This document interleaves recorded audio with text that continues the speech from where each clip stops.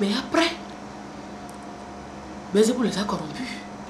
La sorcellerie est rentrée dedans. Et tous les dirigeants sont devenus sorciers. Mais quand c'est devenu un truc de démon, mais l'église a accepté. Mais au début, l'église n'a pas accepté. Mais quand ils sont arrivés à s'infiltrer et à nouer les liens avec le démon, vous avez vu que ça a changé rapidement, radicalement. L'église a accepté ça brusquement. C'est ça. Quand le démon s'infiltre, l'église adore ça. L'église accepte. Quand je parle d'église, c'est sous-entendu les hommes d'église. C'est ça. Donc, si aujourd'hui, ils sont contre Bonamé, c'est parce que ce n'est plus une organisation de Dieu. C'est un groupe de sorciers qui se rassemblent pour tromper les gens, pour voir parmi ceux qui croient en eux et voir qu'elles viennent pécher. C'est ça. Le renouveau charismatique aujourd'hui, ce n'est pas un mouvement religieux, ce n'est plus un mouvement religieux. C'est un truc diabolique. Les gens, les ignorants ne savent pas et ils croient en ça bêtement. Donc, il faut savoir que les gens n'ont rien de Dieu. Allons un peu sur la colline sainte de Bonamé. Le pèlerinage de l'Assomption 2013 a drainé près de 400 000 personnes. Dans un an, l'espace de Sovidji de 10 hectares ne suffirait plus pour contenir tous les pèlerins. Que faire dans ce cas? N'allez-vous pas solliciter le concours de l'État béninois? L'État béninois, l'État béninois. Quel État? Je suis l'État. C'est moi l'État maintenant. Hein? Je suis l'État du monde. Je suis le... Quand, au Bénin, j'ai dit la fois passée, mais je suis le président des Béninois. Je suis le président du monde. Je suis votre Dieu. Quel État béninois? Est-ce que l'État se soucie de quelqu'un? Si l'État doit aider quelqu'un, c'est les vaudous, non? Hein? S'il n'y a pas de fétiche, l'État ne réagit pas. Est-ce que l'État même aime la réalité, la vérité? Eux-mêmes sont dans l'obscurité. Ils sont souillés aussi, ils sont dans la même direction que l'Église catholique. C'est des mafieux, ils sont ensemble. Ils ne sont pas avec nous, ils ne sont pas dans notre esprit. Là, vous êtes dur. Je ne suis pas dur, mais je dis ce qui est. C'est ce qu'il y a. C'est ça, la réalité. Ils sont comme, c'est le même club. C'est le même club. Quel État? Vous pensez que si Bonamé sollicite l'aide de l'État béninois, ils vont réagir? Mais jamais. Mais l'État est en principe là pour tout le monde. Et mais l'État n'est pas là pour Dieu. L'État n'est pas là pour Dieu. Dieu n'a qu'à se débrouiller. L'État ne se préoccupe pas de Dieu. L'État adore le démon. Si c'est un truc diabolique, l'État subventionne. L'État aide. L'État réagit. Mais ce truc de Boni, j'ai appris que l'État l'a soutenu pendant longtemps. Et leur donne des passeports diplomatiques. Mais nous, aujourd'hui, quand on doit voyager, c'est des problèmes. Mais c'est ce qu'on dit. L'État n'est pas là pour Dieu, en fait. Alors que Bonamé, aujourd'hui, c'est pour le développement du pays. Aujourd'hui. Je viens de le dire tout à l'heure. Mais l'État, il ne se préoccupe pas de ça. Ce n'est pas son souci. Il sait dans quoi il investit. L'État sait dans quoi il investit. Moi, je ne vais pas solliciter leur aide. Hein? Mais Dieu sait se débrouiller. Je me suis toujours débrouillé pour que vous vous réveillez tous les jours. Pour que vous dormiez en paix tous les jours. Je me suis toujours débrouillé pour que vous ayez la santé. Je me suis toujours débrouillé pour accueillir ces milliers de personnes là sur la colline. Je sais comment je me débrouille. Je n'ai pas besoin d'État pour qu'ils commencent pas à m'embêter. Je ne suis pas leur ego. Non. Donc, même si la colline ne suffit pas, Dieu ne manque jamais d'espace dans sa maison pour ses enfants. Jamais. Il y aura toujours d'espace pour mes enfants. Il n'y a pas d'inquiétude à se faire. Hein? Il y aura toujours d'espace pour mes enfants. Je sais comment m'y prendre. Vous avez aussi démarré les travaux de construction du Vatican sur un site de 16 hectares. C'est assez de ressources à mobiliser. Comment entendez-vous procéder? C'est des milliards. C'est des milliards. Ce n'est même pas assez de ressources, c'est des milliards. Vous me faites peur là. Des milliards. Oui, c'est des milliards. Et comment les mobiliser? C'est des milliards et je sais comment les mobiliser. Hein? Je n'ai pas une machine qui coupe de l'argent. Je n'ai pas une arbre dans ma chambre qui produit de l'argent. Mais je sais comment mobiliser cela. vous savez, n'oubliez quand même pas que je suis le maître de la création et que toute richesse m'appartient. Tout ce qui est sous la terre et sur la terre, tout ça, c'est à moi, ça m'appartient. Et donc, je fais, c'est-à-dire, je réalise mes œuvres quand je veux, comment je veux, avec les moyens que j'ai moi-même. Je sais comment procéder. Ne vous inquiétez pas pour ça. Aujourd'hui, on demande aux gens de donner une petite participation. Pour le Vatican, ils n'arrivent même pas à donner. On a lancé un truc là pour le Vatican et nous ne sommes même pas à 35 millions encore. Vous voyez? Mais nous avons des milliards de trucs à faire. Vous voyez, non? Donc, vous avez peur, mais moi, je n'ai pas peur. Vous verrez le Vatican, sorti de la terre. Oui, sorti de la terre. Le Vatican se construira lui-même, de lui-même. Vous verrez. Plus d'un Béninois, ou bien plus d'un pèlerin ont vu en ce mois d'août à Sovidji la Vierge Marie pleurer. Quelle en est la signification? Oui. Vous voyez, quand la Vierge Marie pleure à n'importe quel endroit, sachez que c'est un message. C'est un message pour le monde entier. C'est un message de conversion. Mes enfants, convertissez-vous parce que l'heure est grave. Et quand la Vierge Marie se manifeste quelque part, c'est qu'elle est en train de dire à ceux qui sont à cet endroit-là d'aller annoncer au monde entier de se convertir parce que l'heure est grave. Si la Vierge Marie a pleuré sur la colline, c'est qu'elle est en train de dire à ses enfants qui sont venus fêter avec elle sur la colline d'aller annoncer à ses autres enfants qui ne la connaissent pas encore qu'elle est là parmi eux et qu'elle les aime, qu'elle veut qu'ils se convertissent. C'est le message. La Vierge Marie, quand elle se manifeste dans des endroits, elle ne vient jamais en souriant. Elle vient toujours en pleurant. Moi, c'est mon épouse, je l'appelle la Vierge pleureuse. Elle pleure toujours pour dire à ses enfants, venez à moi, venez à moi, venez à moi. Donc c'est le message. C'est pour vous dire, à vous qui ne vous êtes pas rendu sur la colline, de vous convertir et que l'heure est grave. Surtout qu'il y a les 3 jours qui viennent à grands pas. Donc, nous avons appris que vous êtes allé au Gabon avec le Saint-Père, le pape Christophe XVIII, 2 de vos cardinaux et des prêtres. Pourquoi le Gabon et qu'est-ce que vous y êtes allé faire? Pourquoi le Gabon? Qu'est-ce qu'on est allé faire? Oui, c'est vrai que je suis allé au Gabon avec le pape Christophe XVIII, 2 de mes cardinaux et 2 de mes prêtres. Pourquoi le Gabon? Le Gabon a choisi juste comme ça. Et surtout parce que les forces du mal vraiment ont siégé dans le Gabon. Le Gabon, c'est un pays de Beelzéboul. Et nous sommes en train de sillonner un peu les pays de Beelzéboul. Là où Beelzéboul règne en maître, c'est par là qu'il faut commencer. C'est par les terrains minés qu'il faut commencer. Parce qu'il faut détruire le mal par la racine. C'est ça. Donc, on a fait un saut au Gabon pour détruire Beelzéboul, pour délivrer ceux qui sont possédés. C'est dans l'esprit de la mission de Bonamé qu'on est allé au Gabon. Pour que les Gabonais sachent aussi que leur Dieu est là. Qu'il faut qu'ils en profitent comme les Béninois. Qu'ils aient la paix. On est allé leur apporter la paix, la joie, la quiétude et la foi. On est allé leur apporter l'éternité, la joie du ciel, le paradis. Ils ont goûté au bonheur. Ils ont goûté à Dabo et des milliers ont été délivrés. Et beaucoup ont eu la guérison. Donc c'est la mission, c'est toujours la mission qui nous a emmenés au Gabon. Et on est allé, c'est la même chose qu'on a fait au Gabon. C'est ce qu'on fait au Bénin, enseignement, délivrance, bénédiction, écoute et tout. Donc c'est la même chose. Avez-vous un programme pour le reste de l'Afrique et du monde entier? Oui, bien évidemment.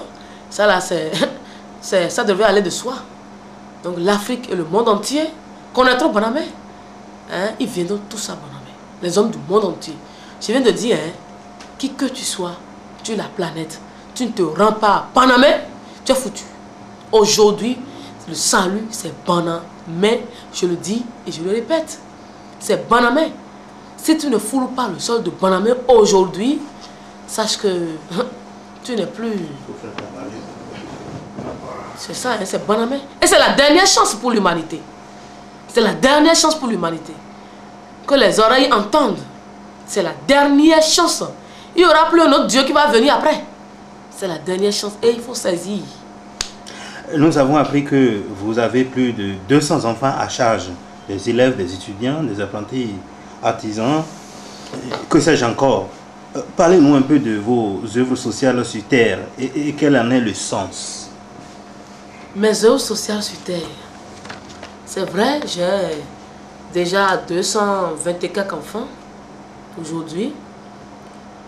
Comme vous venez de le dire, vous êtes bien informés. Il y a des étudiants, des apprentis, des élèves, des écoliers. Il y a un peu de tout. Vous voyez, je suis parmi vous pour vous sauver, pour vous montrer que je suis quand même votre papa, votre grand-papa, et que je ne suis qu'amour. Tous ces enfants qui sont avec moi, la majorité ont été délivrés de la sorcellerie. Et donc les parents, du coup, les ont abandonnés parce qu'ils n'ont plus confiance.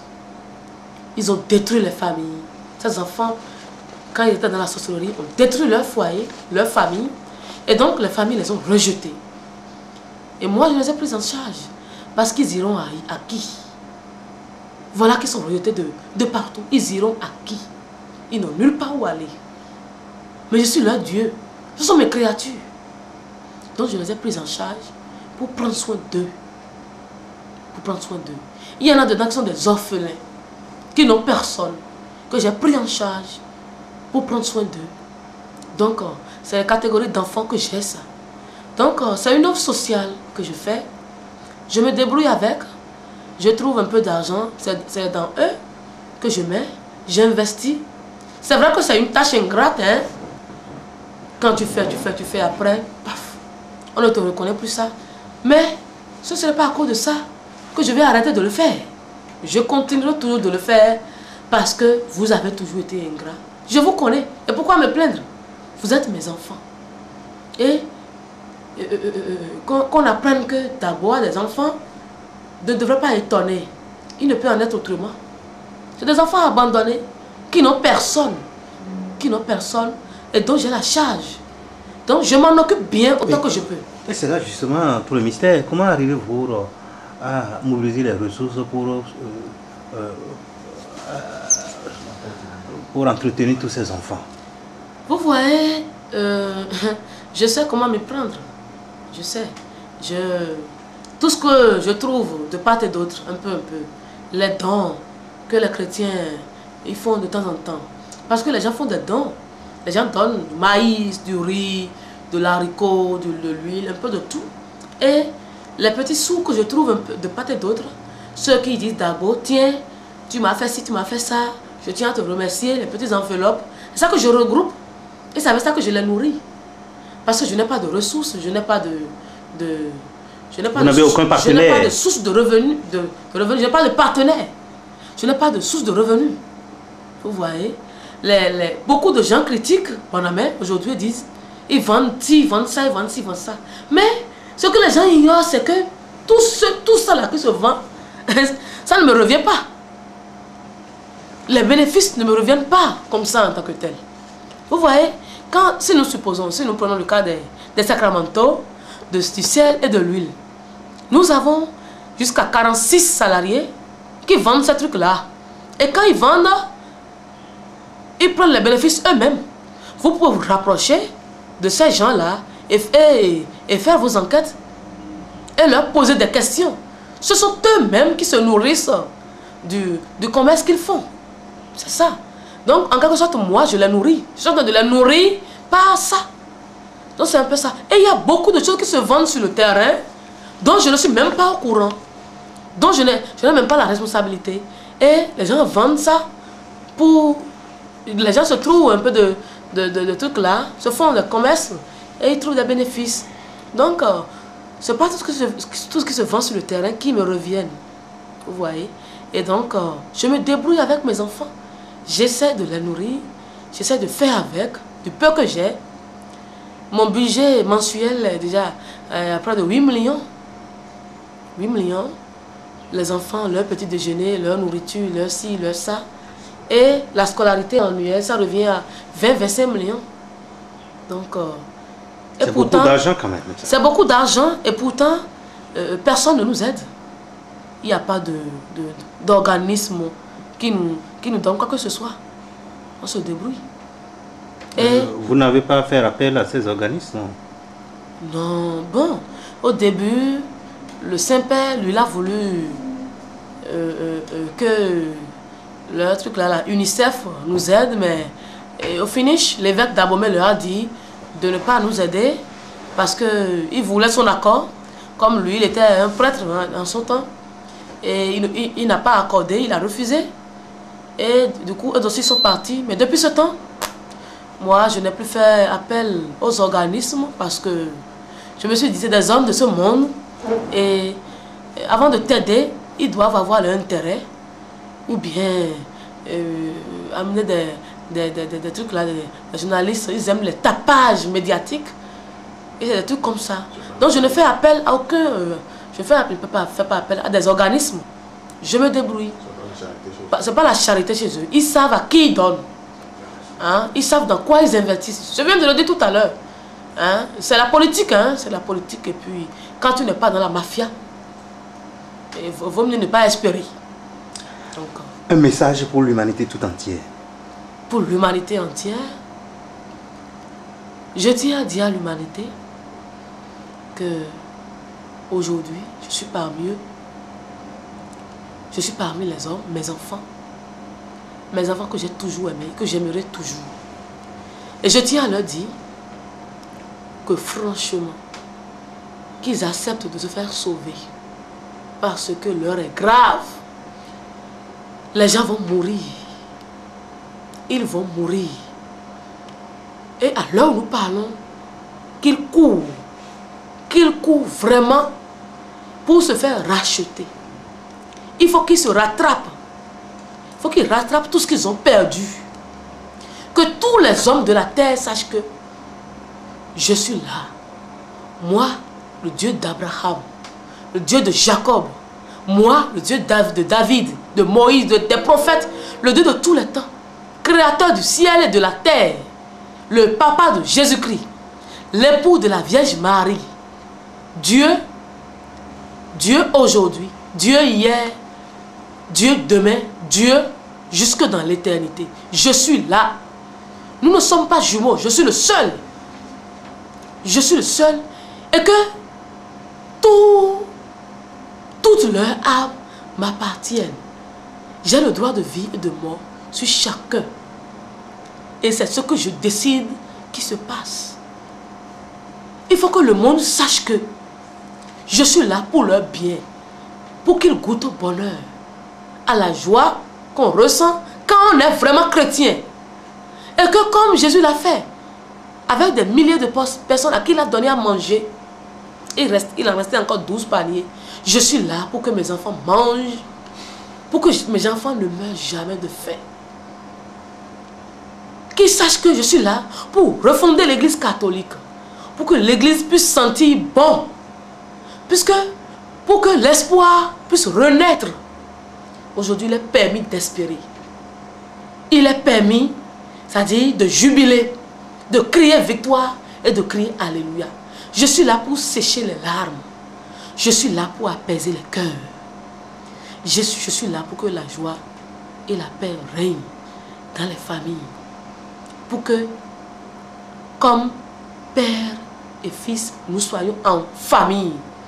Je suis là pour le bien de l'humanité. Et je suis le seul Dieu, créateur de la création. Créateur du monde visible et invisible. Et il faut que les hommes sachent que d'en haut, je pouvais griller tout le monde. Mais malgré ça, compte tenu de mon humilité et de ma miséricorde, je suis venu, je me suis rendu tout petit pour être là. Ce n'est pas parce que je suis dans le corps de parfaite que je suis un être humain. Je me suis fabriqué ce corps juste pour rendre les choses plus faciles. Pour qu'il y ait, c'est-à-dire, pour vous rendre à l'aise. Pour vous mettre à l'aise. Pour que vous n'ayez pas peur de moi. C'est tout. C'est tout. Je ne suis pas un être humain comme vous. Et ce n'est pas la forme que j'ai pris qui est le plus important. Je peux devenir arbre, lion. Je suis toujours Dieu. La forme importe peu. Et il faut qu'ils sachent, les grands de ce monde, ceux qui se disent grands, ceux qui ont des diplômes, machin, qui sachent que Dieu n'est pas une leçon qu'on apprend. Dieu, c'est une expérience que chacun vit à son niveau. C'est la façon dont Dieu se manifeste à chacun. C'est ça qui est l'expérience de chacun. Il faut qu'ils sachent cela. Dieu, ce n'est pas la doctrine qu'on a appris ou la théologie qu'on nous a appris. Non. Dieu, c'est une expérience. Moi, je peux me manifester à toi, hein, avec l'apparence d'un petit enfant, et me manifester à l'autre avec l'apparence d'un vieillard. L'autre va dire, Dieu Esprit, c'est un vieillard. Toi, tu vas dire, Dieu Esprit, c'est un bébé.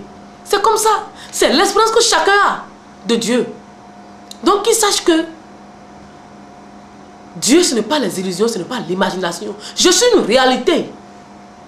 Je ne suis pas imaginaire comme on vous l'a appris. On vous a bêté tout le temps avec les mystifications. Je suis la réalité. Je ne suis pas c'est-à-dire le mystère, tout ce qu'on vous a appris. Je suis la réalité, je suis la vie.